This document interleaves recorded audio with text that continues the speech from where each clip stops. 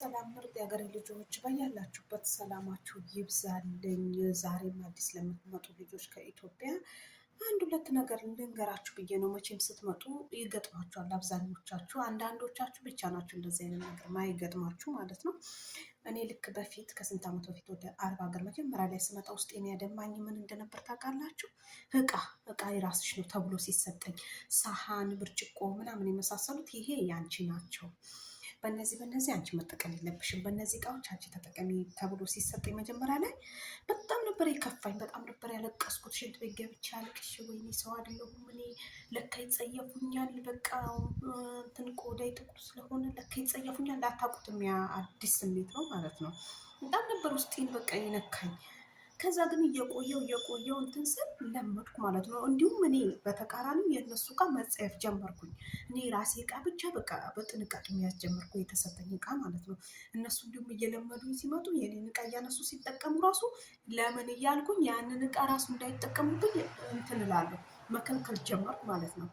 ግን እንደዛ ማድረጋቸው ለእኔ ይጠቅመኛል፣ ለእኔ ጥሩ ነው፣ ለእኛ ጥሩ ነው። እሺ ለእኛ ማለት ነው። ምክንያቱም እኛ ወደ አረብ ሀገር ስንመጣ እንደምታውቁት ሁላችንም ምርመራ አድርገን ነው፣ ሙሉ ምርመራ አድርገን ነው የምንመጣው። ጤነኞች ነን። እድሜ ለነሱ በሽተኛ አድርገው ይልኩናል እንጂ ስንመጣ ሙሉ ጤነኞች ነን። እና በጣም ደስ ሊላችሁ ይገባል። እንዲሁም እቃ ለይተው ከሰጧችሁ። ለምን እኛ መርምረው ያመጡ ምንም የለብንም። እነሱ ግን ምን ይኖርባቸው የምናውቀው ታሪክ የለም።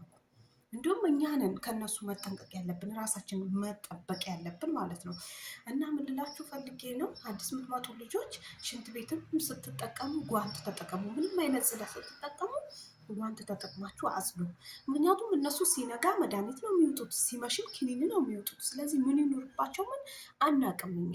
እንዲሁም እኛ ነን ከእነሱ ራሳችን መጠበቅ ያለብን። እነሱ እቃ ለይተው ሲሰጡን መከፋት የለብንም ማለት ነው። እና እኔ ስቆ የገባኝ ነገር ቢኖር እንዲሁም እነሱ ለእኔ እቃ ለይተው መስጠታቸው ለእኔ ጥሩ እንደሆነ ነው የገባኝና አዳዲስ የምትመጡ ልጆች ምንም አይሰማችሁ፣ ይሄ ኖርማል ነው፣ ምንም አይደለም። ዋናው እናንተ ራሳችሁን ጠብቁ። ምክንያቱም እነሱ ምን ይኖርባቸው ምን ስላላስመረመርናቸው አይገባንም ማለት ነው። እኛን ግን ስላስመረመሩን እኛ ጤነኞች ነን። እንዲሁም እኛ ነን እነሱን መጸየፍ ያለብን።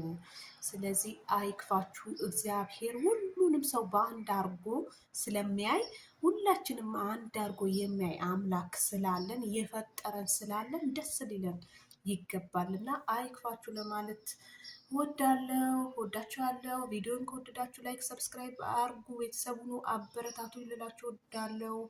ባይ